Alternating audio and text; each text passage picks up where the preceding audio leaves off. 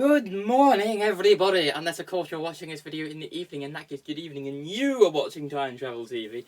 And today we're going to the wild, wild west and taking our last look at the Plains Indians Wars. Well, it might not be our last look, but we may do another one, but the last one for a little while at least.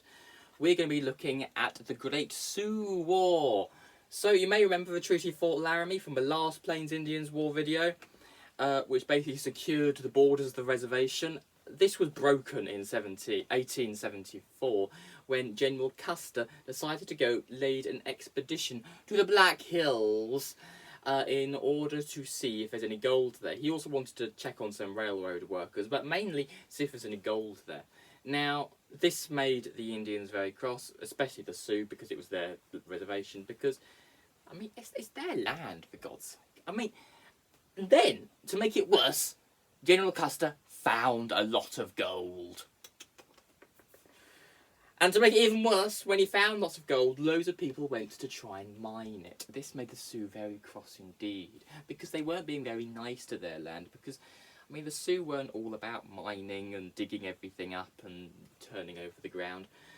So the government said, why don't you buy the land? You can buy it for $6 million. Buy the Black Hills for $6 million.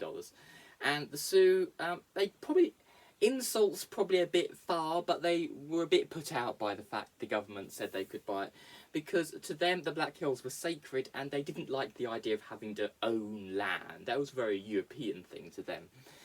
Anyway, so since they weren't being very cooperative, the government ordered all Indians in December 1875 to return to their reservation, and if they hadn't returned in February 1876, get the numbers correct, the army were ordered to treat all Indians outside their reservation as hostile.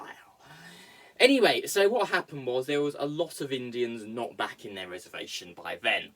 So what happened was there was a lot camped at the Little Bighorn Valley, and General Sheridan had an idea of a three-pronged attack on them. Now, this was an absolute fail. You may have heard of the Battle of Little Bighorn, and the army was completely routed. The US Army it was a famous defeat. General Custer was killed. You may have heard of Custer's Last Stand.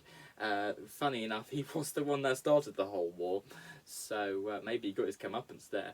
Anyway, so the Battle of Little Bighorn, the word got back to the rest of the United States, because remember, communications were much slower back then. Word got back in the United States on the 4th of July, 1876, 100 years since the signing of the Declaration of Independence. Ooh dear, that's not good, is it? But this was only a short-term victory for the Sioux, because in the long term, the army won. Eventually, the Sioux were outnumbered, short of ammunition, short of food, short of just supplies in general, and they eventually all returned to their reservation. Crazy Horse, which was a leader at the Battle of Little Bighorn, rode back into the reservation and surrendered.